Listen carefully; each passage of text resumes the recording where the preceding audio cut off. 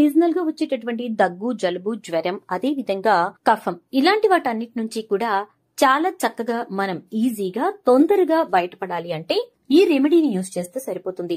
Friends, పిల్లల్లో చాలా మంది ఈ సమస్యలతో బాధపడుతూనే ఉంటారు. ఊరికూరికే పిల్లలకి జలుబు, జ్వరం లాంటివి వచ్చేస్తూ ఉంటాయి. కొద్దిగా మడ్డీ వాటర్ లో ఆడినా లేదా ఎక్కువసేపు సాయంత్రం పూట చెమట కక్కేటట్టుగా ఆడినా కూడా కొంతమంది ఇన్ఫెక్షన్స్ బారిన పడి దగ్గు, జలుబు అనేవి చాలా వరకు ఎఫెక్ట్ అవుతూ ఉంటాయి. మరి ఇలాంటి సమస్యను ఇంట్లోనే ఈజీగా మనం నివారించుకోవడానికి ఒక చక్కటి చిట్కా ఉంది. ఎందుకంటే ప్రతిదానికి మెడిసిన్స్ కంటే కూడా మన ఇంటి రెమెడీస్ అనేవి చాలా బాగా ఉపయోగపడతాయి కాబట్టి. సో ఫ్రెండ్స్, ఆ రెమెడీ ఏంటి, ఎలా తయారు చేసుకోవాలనేది ఇప్పుడు మనం చూసేద్దాం. ఫ్రెండ్స్, జీలకర్ర అనేది మనకు చాలా బాగా ఉపయోగపడుతుంది. నిజంగా జీలకర్రను మనం మన ఆహార పదార్థాల్లోనే కాకుండా రెమెడీస్ లో కూడా ఎక్కువగా ఉపయోగిస్తూ ఉంటాం. అలా రెమెడీస్ లో ఉపయోగించేటప్పుడు మనం ఈ జీలకర్రను డైరెక్ట్ గా కంటే కూడా కాచి వడగట్టుకుని తీసుకోవటం వల్ల చాలా బెనిఫిట్స్ అనేవి వస్తాయి. ఎందుకంటే జీలకర్రలో ఉండేటటువంటి పోషకాలు అనేవి, అదే విధంగా ఆయుర్వేద ఆరోగ్య గుణాలు అనేవి చాలా చక్కగా మనం వాటిని ఉడకబెట్టడం అంటే బాయిల్ చేయడం వల్ల వాటర్ లో ఇంకుతుంది. సో ఈ జీలకర్రను మనం ఒక గ్లాస్ వాటర్ ని స్టవ్ మీద పెట్టి చక్కగా హీట్ చేసుకుని అందులో ఈ జీలకర్రను వేసి, అంటే ఒక స్పూన్ జీలకర్రను వేసి ఉడికించండి.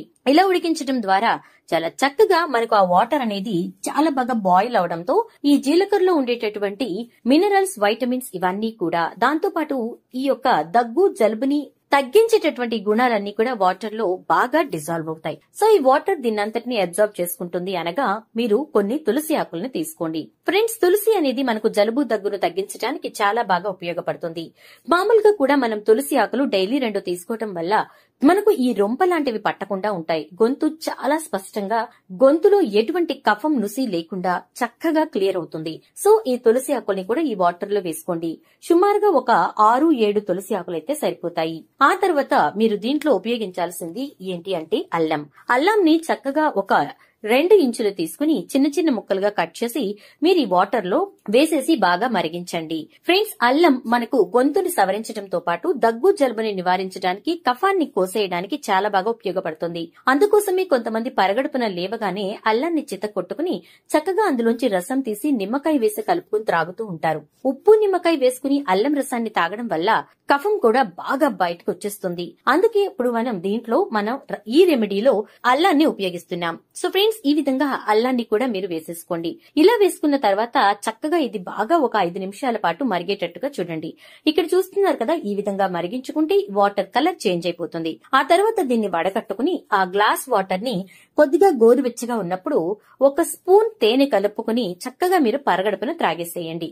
మీరు గాని చిన్న పిల్లలు ఎవరైనా సరే ఈ యొక్క దగ్గు, జలుబు లేదా నుసి, రొంప లాంటి వాటితో బాధపడుతూ ఉంటే కనుక వారికి కూడా ఇచ్చేసేయండి. ఇలా త్రాగడం వల్ల ఏం జరుగుతుందంటే లంగ్స్ అనేవి, అంటే ఊపిరితిత్తులు అనేవి బాగా క్లియర్ అయిపోతాయి. తద్వారా దగ్గు వచ్చే అవకాశం ఉండదు, జలుబు కూడా తగ్గిపోతుంది. చాలా ఈజీగా పిల్లలు ఈ రొంప బారి నుంచి బయటపడతారు. అంటే కేవలం రొంప, దగ్గు లాంటి వాటికే మనం టాబ్లెట్లు వాడాల్సిన అవసరం లేకుండా చక్కగా ఈ యొక్క కషాయాన్ని కాసిచ్చేస్తామంటే చాలు, పిల్లలు తీయగా ఉండేటటువంటి దీన్ని చక్కగా తాగిస్తారు. చాలా ఈజీగా ఈ దగ్గు, జలుబు నుంచి బయటపడగలుగుతారు. సో చూసారు కదా, ఈజీ అండ్ మన ఇంట్లో ఉండే వాటితో తయారు చేసుకునే రెమెడీ. మీరు కూడా ట్రై చేసి చూడండి. పిల్లలకు మంచి ఆరోగ్యాన్ని ఇవ్వండి. వీడియో నచ్చితే లైక్ చేసి వీడియోని షేర్ చేయండి. అలాగే ఛానల్ ని సబ్స్క్రైబ్ చేసుకుని పక్కనే ఉన్న బెల్ ఐకాన్ లో ఆల్ ట్యాప్